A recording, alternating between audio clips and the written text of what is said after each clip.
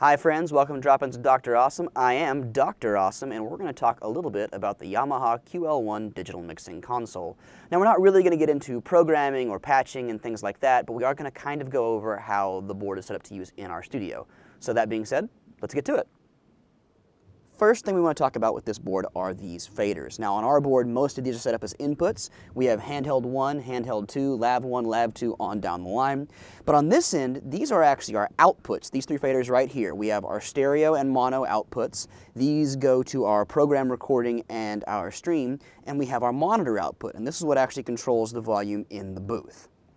First thing we want to do before we do anything else is go ahead and turn on these outputs and get them roughed into a level we can actually work with. I like to run my program at 0, and I like to start with my monitor somewhere in the -5 range. Now, of course, as you're working in here, you'll want to experiment with this to see what works best for you and what you're working on. Just remember that you want your program audio to be living at about the first yellow light bar on the recorder. Once we've got our outputs roughly where we want them, we can start looking at what's actually feeding them. In some cases, like a CD player, all you really have to do is turn on the channel and run up the fader.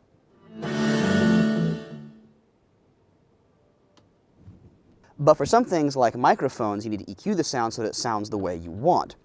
In the days of analog sound, every single channel would have its own set of all of this information. As you can imagine, those boards were huge.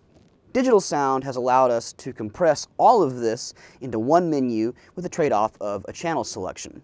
That being said, the first thing you do to EQ a specific channel is select it. If it's not already on and up, do so. Now, I don't have any sound coming through this actual microphone right now, and that's just so that we don't have to worry about feedback and things like that. Once you've got your channel selected, we're ready to come up here to this touchscreen and we can start working with the EQ itself. Now remember, if you don't select this, you're not actually working on the channel you want to be working on. You're working on something else, which can cause problems. One of the cool things about this board is that it has a pre-programmed library of EQs.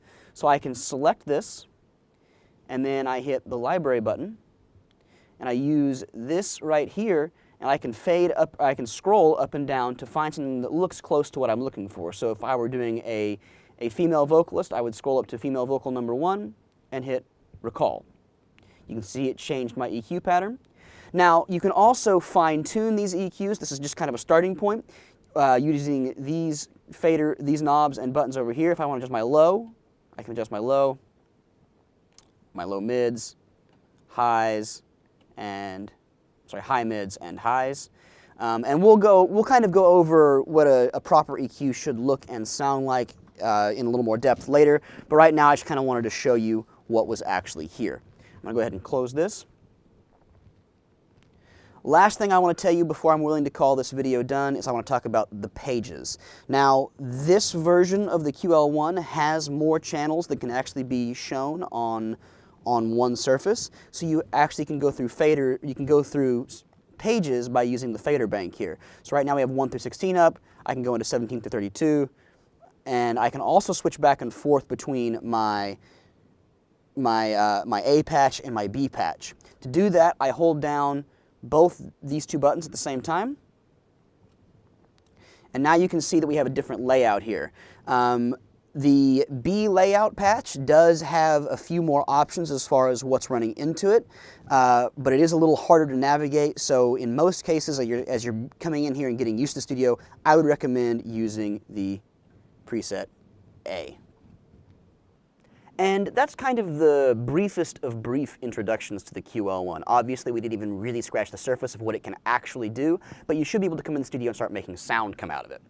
As always, the best advice I can give you is get in here, get your hands on it, start using it to try and do something. And if you have any questions, feel free to call me, email me, or stop by my office. All right. Keep shooting, friends.